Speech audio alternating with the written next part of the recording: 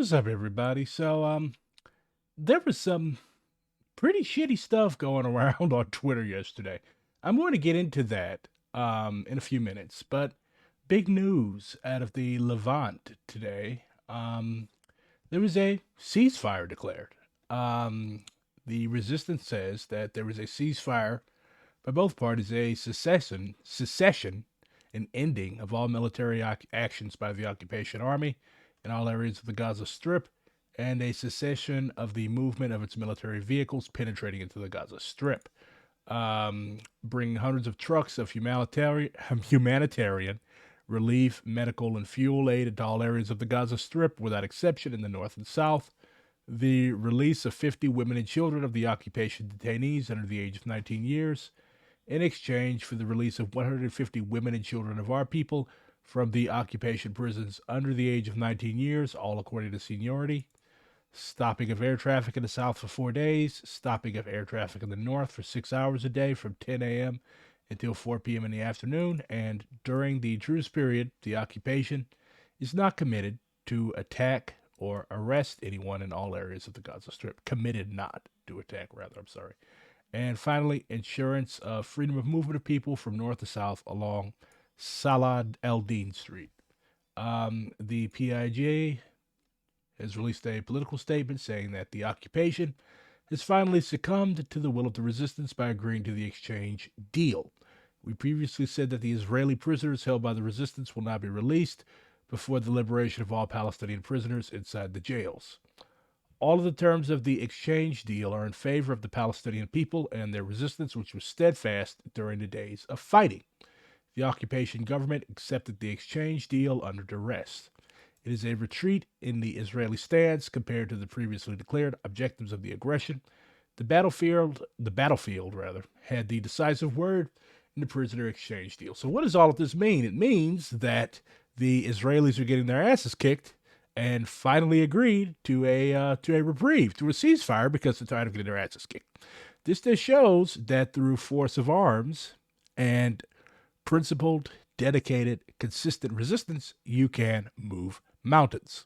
So this is not some machination by Biden or Netanyahu or any of these peacenik types that are continuing to act as if this situation can be resolved in any way other than the capitulation of the Israeli so-called state.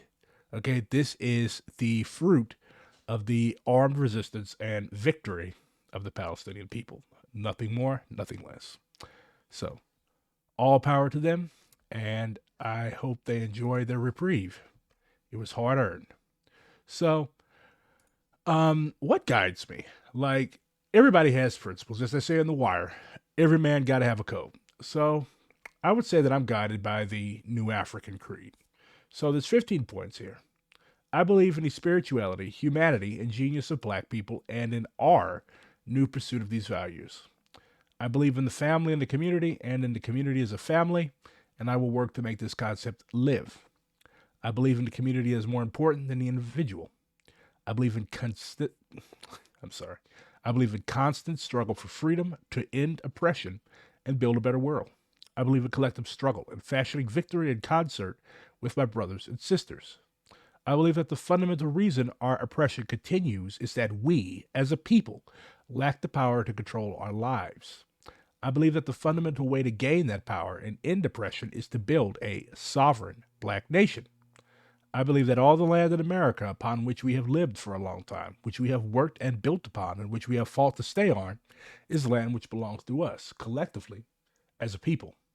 I believe in the Malcolm X doctrine that we must organize upon this land and hold a plebiscite, a vote, to tell the world by a vote that we are free and our land independent, and that after this vote we must stand ready to defend ourselves, establishing the nation beyond contradiction.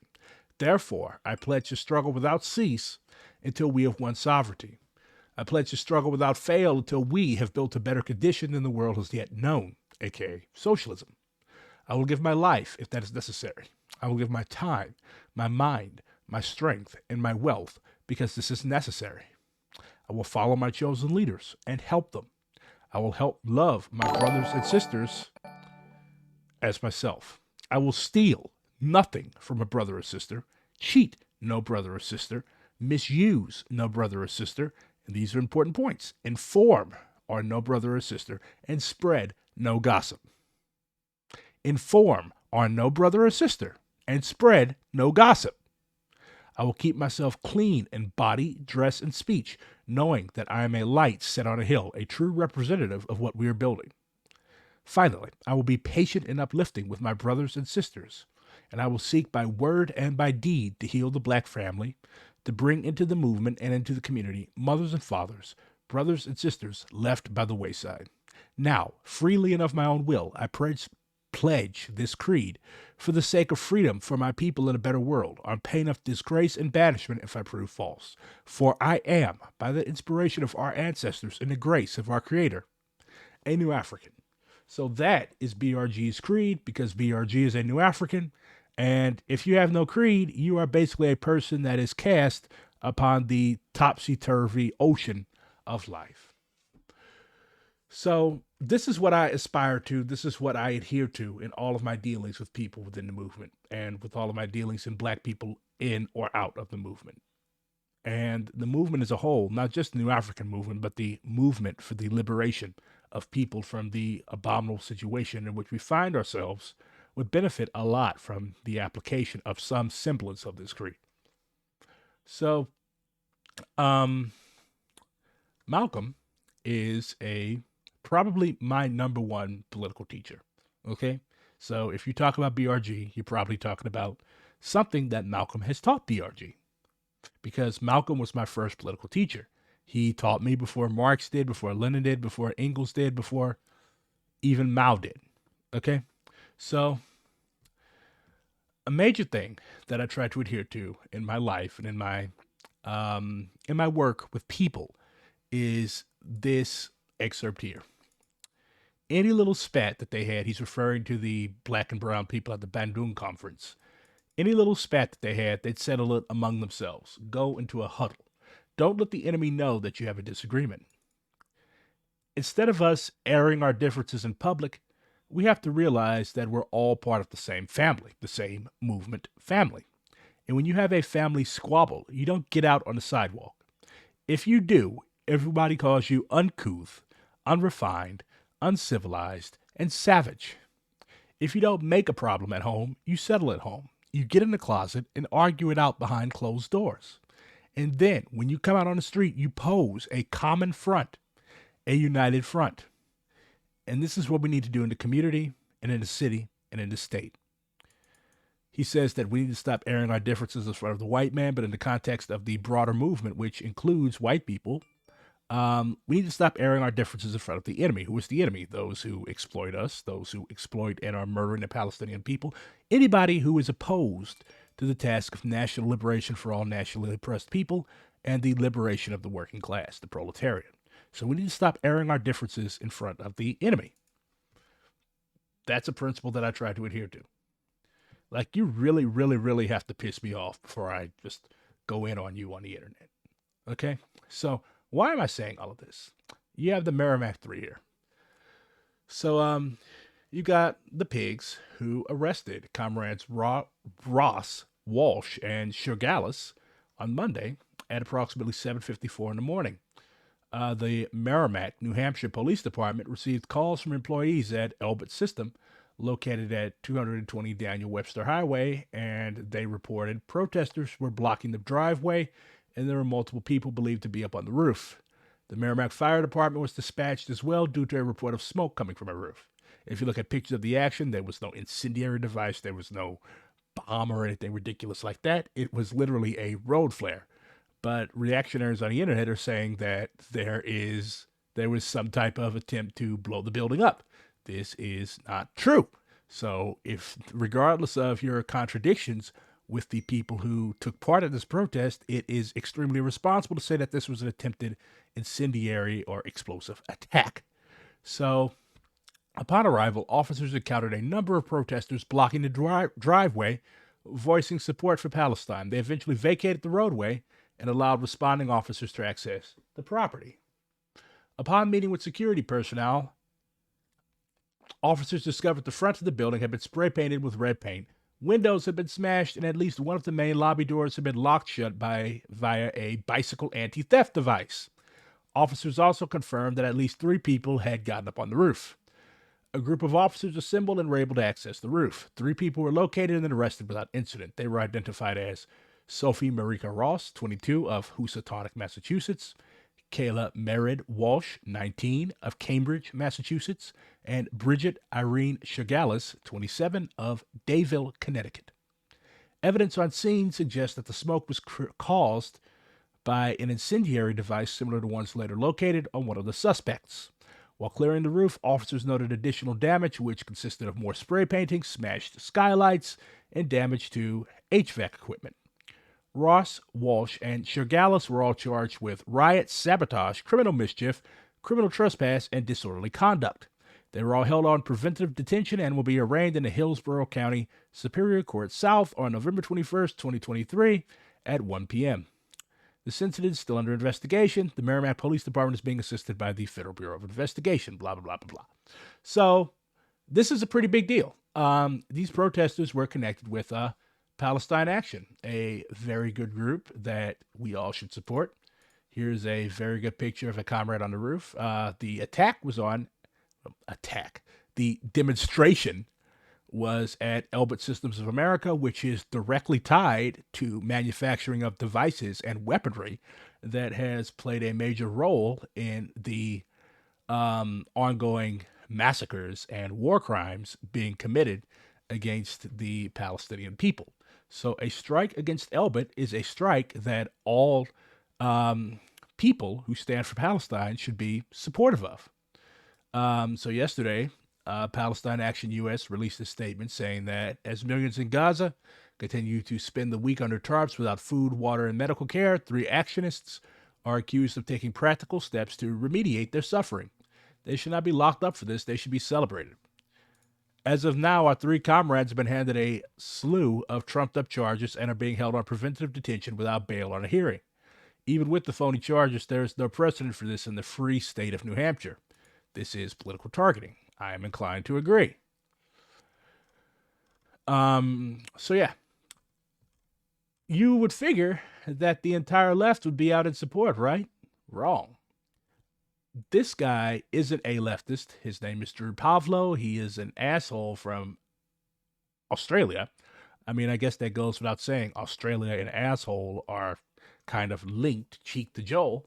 But apparently he has had several issues with Miss Walsh. And he says, and I quote, LMAO, holy shit. One of my arch enemies on Twitter just got arrested for trying to firebomb Elbit Systems. So right from jump, he's parroting the bourgeois reactionary narrative. Like, he has all these flags. He has the flag of Australia. He has the flag of Ukraine. He has the flag of Taiwan. He just needs to have the flag of Israel. Because this is Zionist propaganda. They were not trying to firebomb or blow up the fucking building. But anyways, CCP propagandist Kala Walsh is being held without bail, and the FBI is now investigating her. Ha ha ha ha ha ha ha. Life cannot get funnier. Lock her up. Okay, so this guy, he's not part of the movement. He's a reactionary.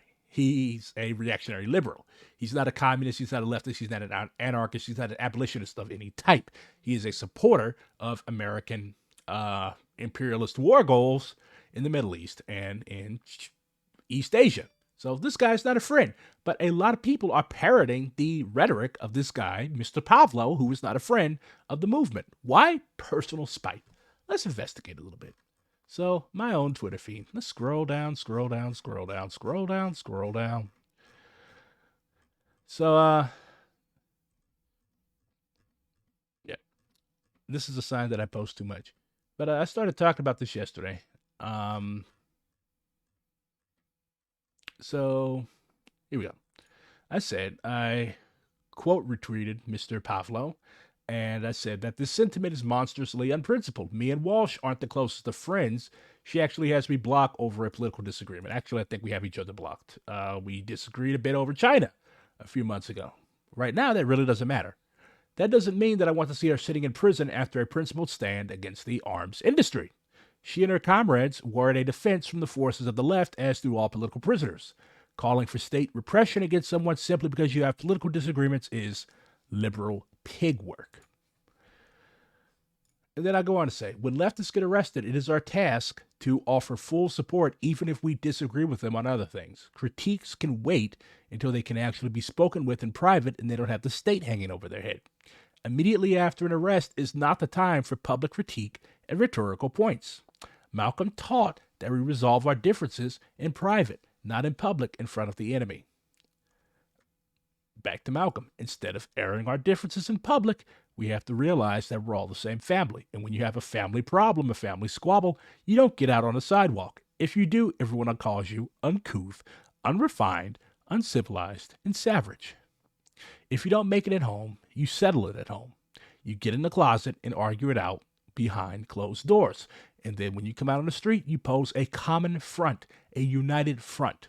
And this is what we need to do in the community and in the city and in the state. So basically, he's telling us stop fucking arguing in public with each other because the enemy likes that. That's what the enemy likes. Why would you give the enemy what he wants? I don't know. Some people are just fucking dumb. So, this guy, Rick the Buffalo, he was actually on my stream a couple weeks ago. It's unfortunate that he blocked me, but I've been blocked by better. He was basically saying, fuck Kayla Walsh and fuck these other people because they work with the guy named Fergie Chambers. Okay, Fergie Chambers was not one of the people arrested. But, and I can't see any of his posts anymore. But, like I was saying, like, what is wrong with you? People might go to fucking jail and you're doing this petty shit. Think about the big picture. And this individual says, I don't know, maybe a multimillionaire with power and authority shouldn't have such leadership, influence, and power over young people and have them engage in actions and post profusely about it all over Twitter that could land him in federal prison. It's not principled, it's irresponsible. Like, well, what the fuck are you talking about? Yes, Fergie is a multimillionaire. He's an heir to the fortune of the Cox family, and he liquidated all of his holdings in their company, and he has expressed his desire to use these resources to the benefit of the movement. Okay, that's a pretty noble goal. Does an individual with a substantial amount of money have the possibility to create a substantial amount of discord and chaos if he was unprincipled? Yes. Have I gotten into it with Fergie in the past? Yes, I have. Does that mean anything right now? No. Because right now calls for closed ranks. It does not call for bringing up old shit. Okay? Like, I call Fergie Chambers a spoiled rich brat. Okay? Like, that doesn't mean anything right now. He's called me some mean things, okay? We're adults. We disagree with each other. Sometimes we disagree with each other in public because we cannot be principled all the time. But that being said, as communists, we know when it's time to stop the playing and stop the bullshit. We cannot act like petty high schoolers and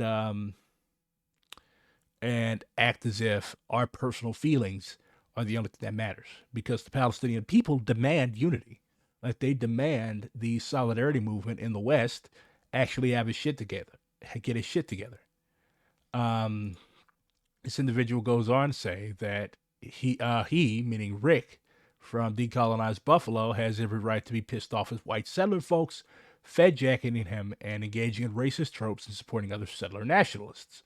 Perhaps people should be focusing less on an angry, disabled native man and more so on the settler multimillionaire who these three people were hanging around with. Like, why would you say stuff like this?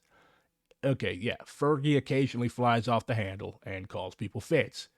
But that is extremely unprincipled behavior. But again, that doesn't matter right now. What matters right now is offering support to the Merrimack 3. Nothing that happened in the past is important. Many have been saying that Fergie is a serious community and security liability, and he's going to attract RICO charges with the way he had been maneuvering.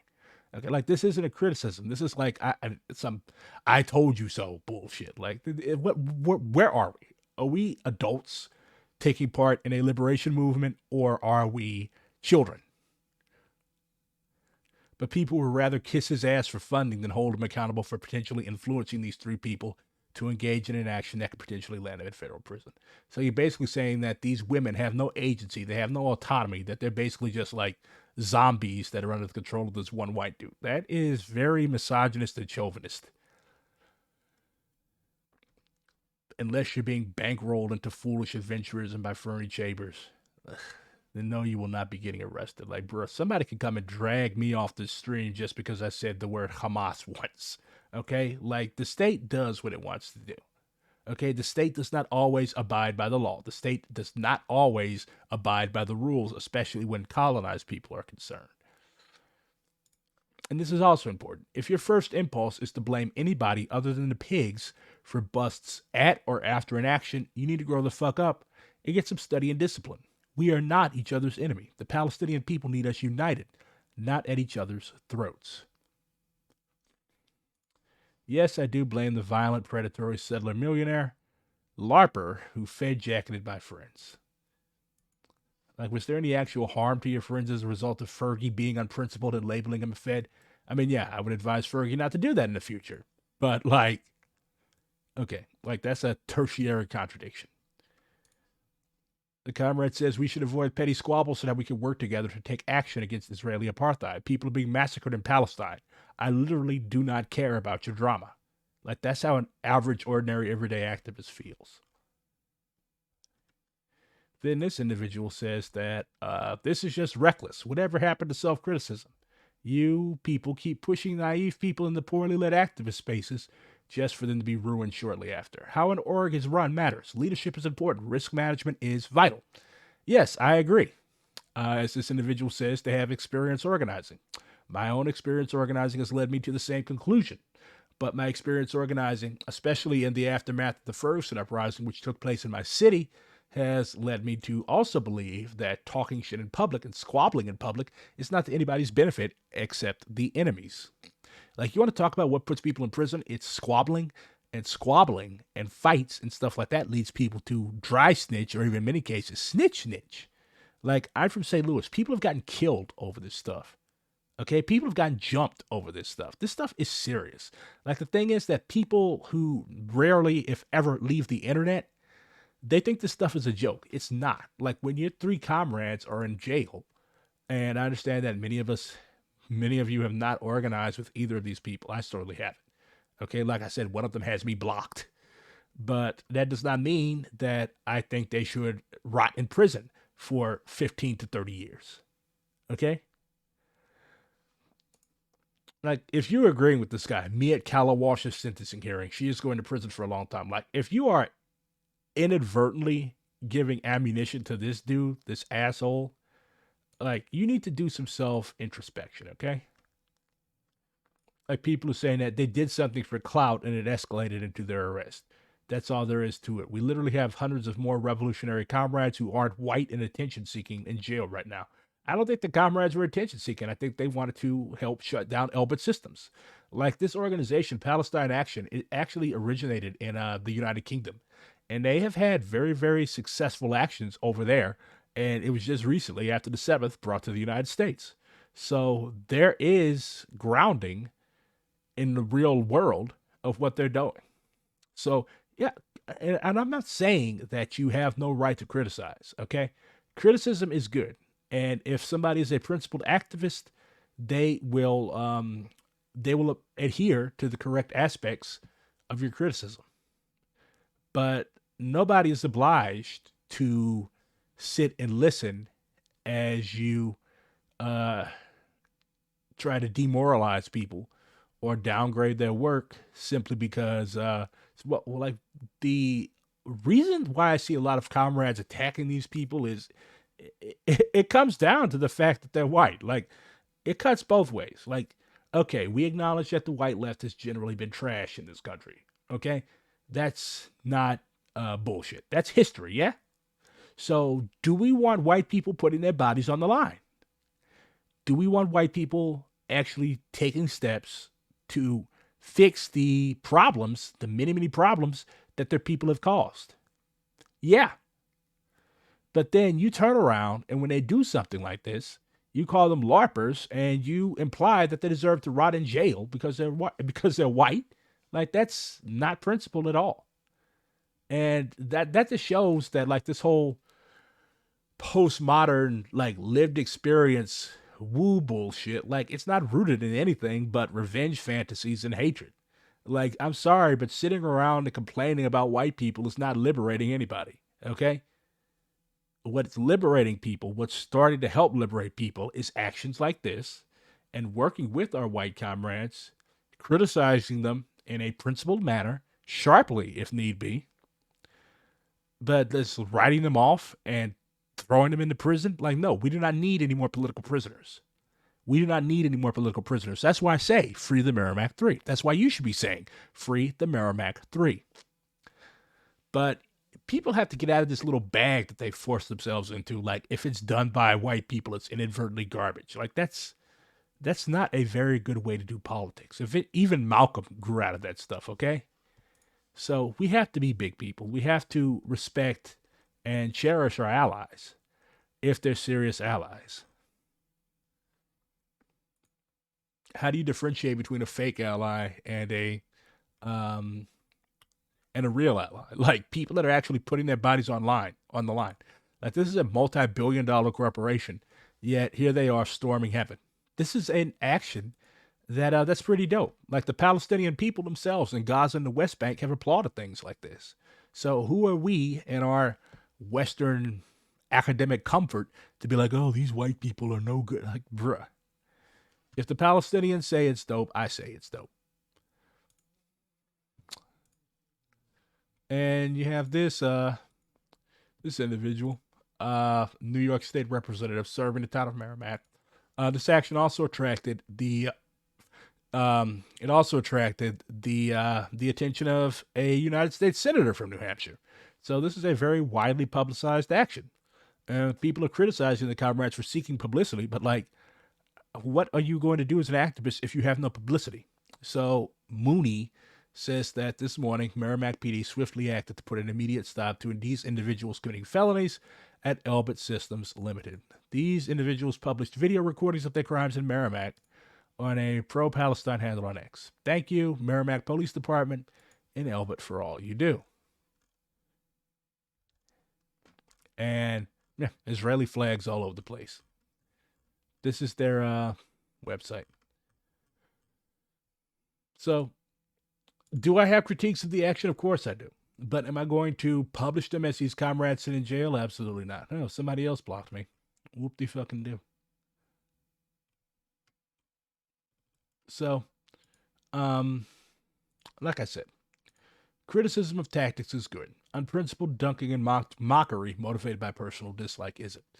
Everybody needs to go and read this. Combat liberalism. It does not mean go and beat up your local Medicare for all canvassers. It does not mean throw a brick through the window of your local DSA office. Most DSA chapters don't even have offices.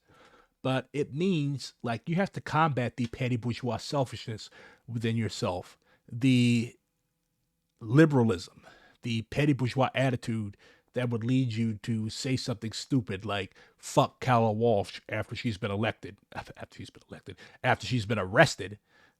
for a good action because you got into an argument on Twitter with her a few months ago. Okay? That's liberalism in the extreme. So Mao says in this piece, we stand for active ideological struggle because it is the weapon for ensuring unity within the party and the revolutionary organizations in the interest of our fight. Every communist and revolutionary should take up this weapon. But liberalism rejects ideological struggle and stands for unprincipled peace, thus giving rise to a decadent Philistine attitude and bringing about political degeneration in certain units and individuals in the party and revolutionary organizations. So what Mao is saying here is that we do not reject ideological struggle, okay? If somebody's a revisionist or a rightist, we should definitely struggle against that. But sometimes revisionists and rightists end up being part of the movement. Like, they end up making themselves indispensable to the movement, especially in regards to international affairs, like those in Palestine. So we should not primarily use somebody's position on Chinese social imperialism as our gauge, especially if they're standing on top of a weapons manufacturer. So liberalism manifests itself in various ways. To let things slide for the sake of peace and friendship when a person has clearly gone wrong and refrain from principled argument because he is an old acquaintance, a fellow townsman, a schoolmate, a close friend, a loved one, an old colleague, or an old subordinate. Or to touch on the matter lightly instead of going into it thoroughly so as to keep on good terms. The result is that both the organization and the individual are harmed. This is one type of liberalism. So people commit this type of liberalism all the time because, oh, I can't do this. They're my friend, or they donated to my GoFundMe, or I had sex with them a couple times. Yes, the sex was bad, but I mean, I still have a tie to this person. Like, no. If somebody is doing something that's objectively harmful to the movement, like, I don't know, attacking somebody that's been arrested for a very good direct action, you should criticize them. At the same time, you should also criticize people that may have had a role in the action going south. But you should keep this criticism private because we do not want to give information to the feds and to the state. To indulge in irresponsible criticism in private instead of actively putting forward one's suggestions to the organization. To say nothing to people to their faces but gossip behind their backs, or to say nothing at a meeting but to gossip afterwards. To show no regard at all for the principles of collective life, but to follow one's own inclination. This is the second type. So if you smile in somebody's face and then you immediately hop in somebody else's DMs and load them up with information about like, oh yeah, this person did such and such. This person did such and such. Yeah, you got to watch them, man. Like, that's liberalism. Like, who does that benefit? Who does that benefit? People do this stuff at jobs all the time. That's why nobody likes a fucking work snitch. Nobody likes a fucking shit disturber. If you have something to say to me, if you have something to say to anybody else in the movement, tell them directly.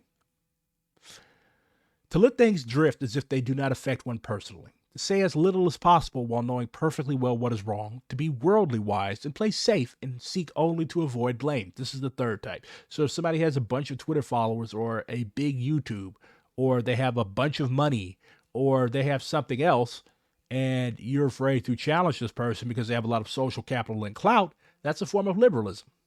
Regardless of how much clout a person has, you should still criticize them when they fuck up. Otherwise, when fuck ups happen, part of the blame is on you because you knew how this was going to go and you said nothing about it. That is a third type of liberalism. Not to obey orders, but to give pride of place to one's own opinions. Obey orders. Okay, Mao is speaking in a military context here. But like, if you're in an organization and the organization abides by the principles of democratic centralism, which means unity in action, freedom of debate, basically after your organization has agreed on a position, has agreed on a line, but you disrespect that organization's line and you break democratic centralism and do your own thing anyways, you demand special consideration from the organization, but you reject organizational discipline. This is the fourth type. A lot of people do this, especially if the people in leadership are of a different ethnicity than themselves. They'd be like, oh, I don't have to listen to those chauvinists or those white people. I'd be like, yeah, if you elected them to leadership, yes, you do. Even if you did elect them, like if they're still your leadership, your duly elected leadership, you should listen to them and you should abide by things that have been determined with the input of the entire organization.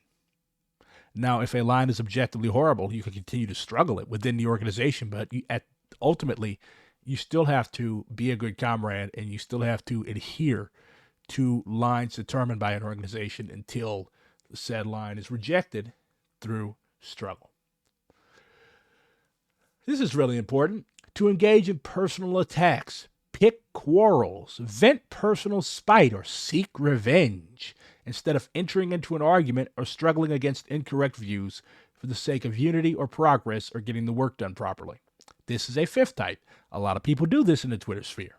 Like, somebody you don't like has a good point, so you refuse to acknowledge that they had a good point. You just nitpick, quote retweet.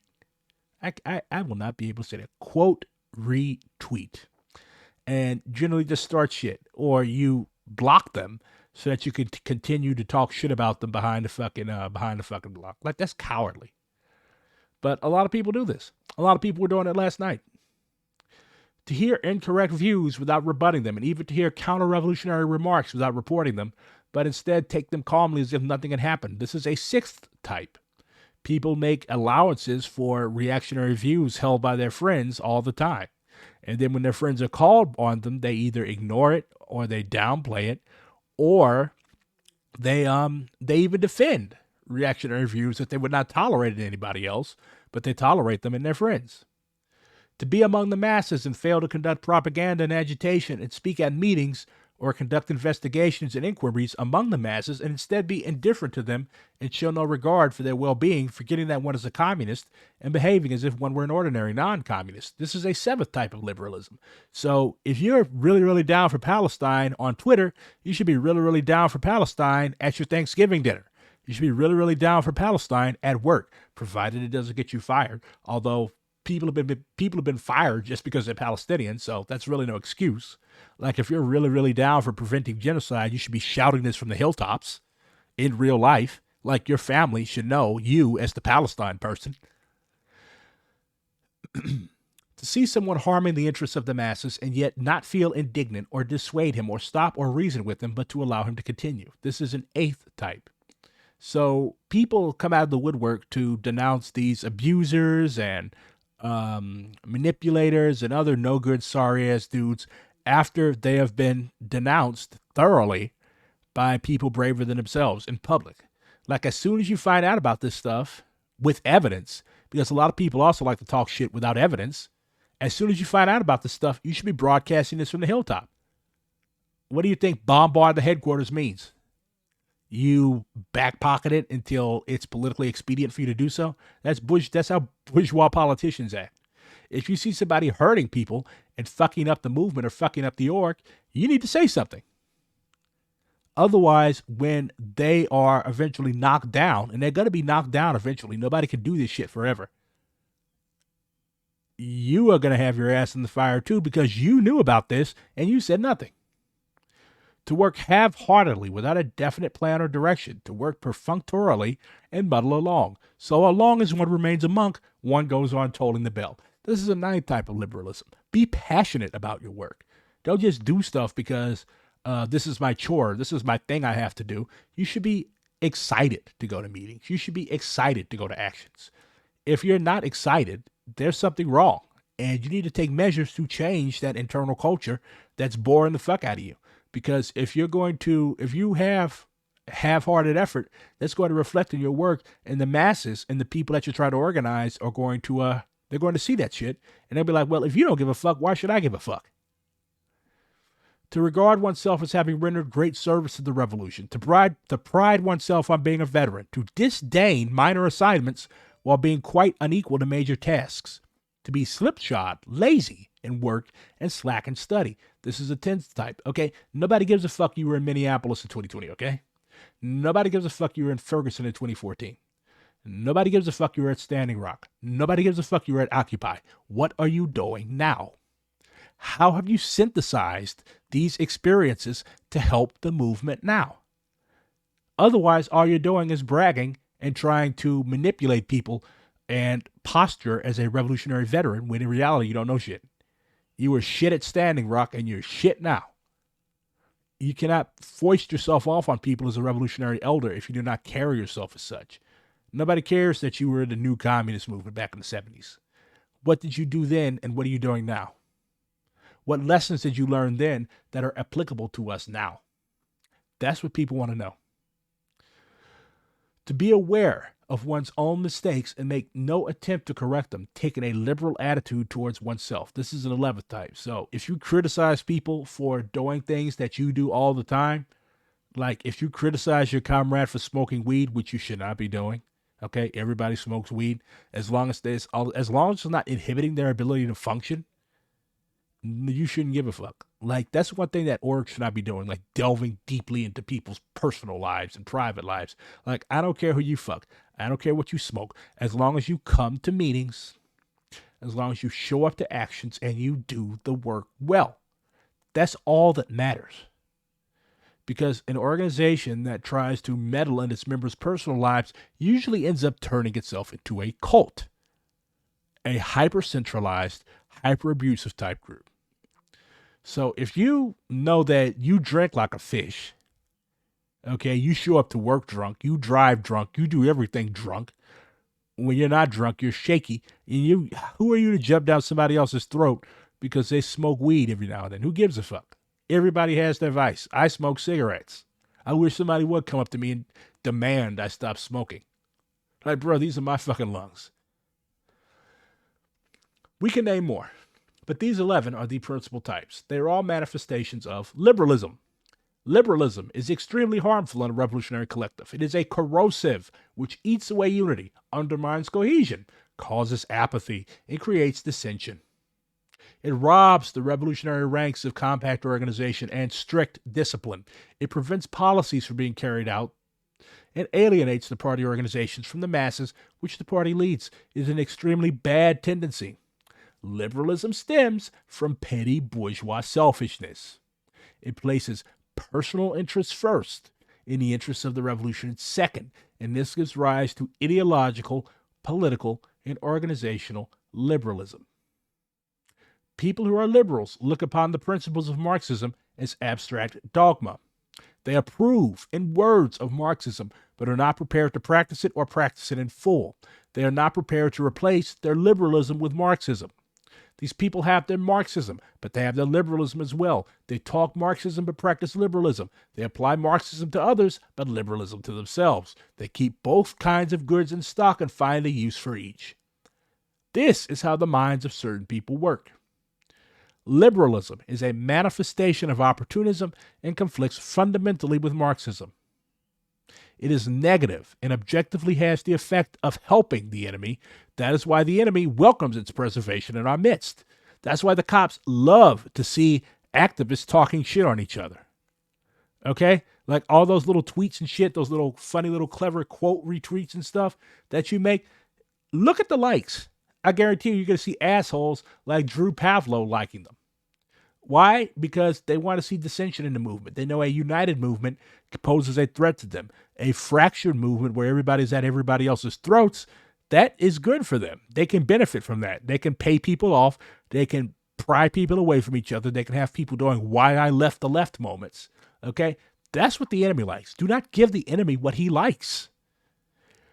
We must use Marxism, which is positive in spirit, to overcome liberalism, which is negative. A communist should have largeness of mind, and he should be staunch and active, looking upon the interests of the revolution as his very life, and subordinating his personal interests to those of the revolution. Always and everywhere, he should adhere to principle and wage a tireless struggle against all incorrect ideas and actions so as to consolidate the collective life of the party, which we don't have yet, and strengthen the ties between the party and the masses. He should be more concerned about the party and the masses than about any private person, and more concerned about others than himself. Only then can he be considered a communist. All loyal, honest, active, and upright communists must unite to oppose the liberal tendencies shown by certain people among us and set them on the right path. This is one of the tasks on our ideological front. So I'm going to wrap up with my boy, well, my elder. This guy was born in the 1940s. I'm not going to call him a boy.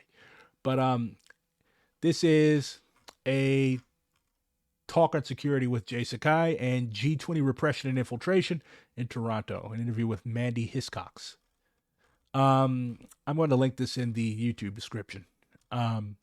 If I don't, you have permission to yell at me next stream. But so basically Sakai is talking about security culture. Okay? So this is extremely important. The key thing, and the thing is to start with, and the most basic understanding, security is not about being macho vigilantes or being super suspicious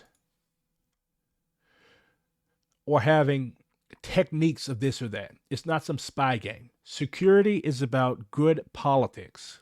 That's why it's so difficult. And it requires good politics from the movement as a whole, not from some special body or leadership or commission, from the movement as a whole. So you're talking about how you're going to establish the new Cheka or anti-Bolshevik brigade or shit like that. Well, anti-Bolshevik brigade was reactionary, but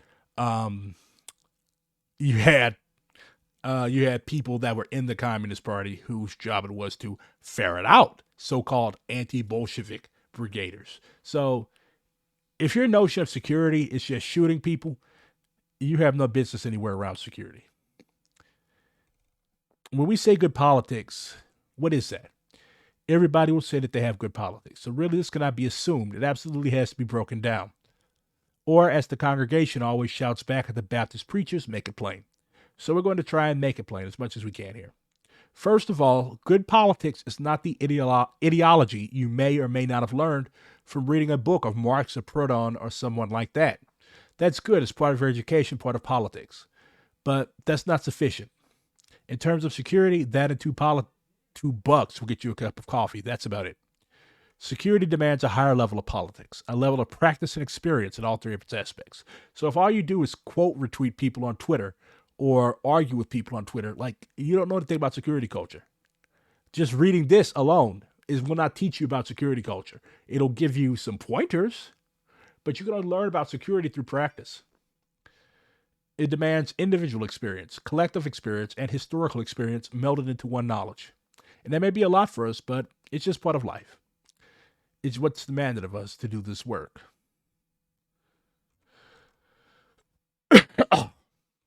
So keep that in mind, and keep this in mind. Criticism of tactics is good. Unprincipled dunking and mockery motivated by personal dislike is not. Also, there was a demo a few miles outside of my town. Well, the area that I live in. Well, it's more than a few miles. This is in St. Charles, but they've been hitting Boeing up in St. Charles for quite a while now.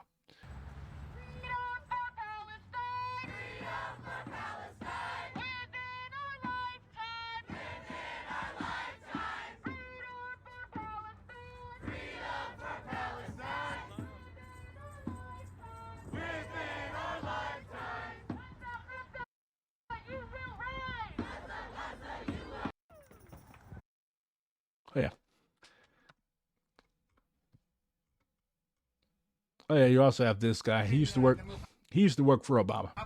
Like a lot of weirdos are coming out of the woodwork. This guy. Why would you insult the guy that's preparing your food? Like, that's how you get poisoned. Okay, yeah, go. Yeah. You know the mukhabarat? The mukhabarat. No, I don't know. You don't know? I just speak English. No. Yeah, go. Yeah. Mukhabarat in Egypt will get your parents. Go. Does your father like his fingernails? They'll take them out one by one. يلا روح من هنا يلا go. Why should I go? Why should I go? Tell me why I should go. I'm standing here. I'm an American. It's a free country. It's not like Egypt. This guy was a deputy secretary of state for Israel and Palestine, if I recall correctly, during the Obama administration. Also, this guy, Lake Eater. Yeah, that was one of Obama's boys. If you're going to talk about Pal Action US, first and last thing out of your mouth should be free the Merrimack 3. This is basic bedrock stuff. Come on, people. If people are already breaking out the word adventurist for what Pal Action US has been up to, the next 5 years are going to be such a fucking headache. Every time I hear this, it's a free country line, I want to bang my head. Me too. We've also got a quote from Ed Mead of blessed memory. He died last week. This is probably as good a time as any to remind those doing above-ground work that revolution is unlawful. It is a taking of the law into your own hands and thus requires a high degree of risk and possible sacrifice for those who genuinely seek a radical transformation of existing class relations. Dedicated communists must come to grips with the fact that imprisonment is a possible consequence of revolutionary activity. Here are some sobering statistics. The 6th Congress of the Bolshevik Party had its last pre-power Congress in Petrograd on July 26, 1917. Out of 117 delegates representing 112 organizations with 176,750 members, 171 filled out a questionnaire on themselves. 110 had spent 245 years combined in prison. 10 delegates had spent 41 years combined in hard labor. 24 had spent 73 years combined in penal settlements. 55 had been in exile for a total of 127 years, and 150 of them had been arrested 549 times. Compare these old-time Bolsheviks with the leaders of today's left and the opportunism that motivates them. Having lost their faith in the people and considering unshakable the foundations of that which they talk about changing, they fall into the comfortable practice of reform. Such people can only lead us to our knees. So, with that, don't be a liberal. Study, practice, find your people, and storm the gates of heaven. BRG is depending on you. Don't let me down, comrades.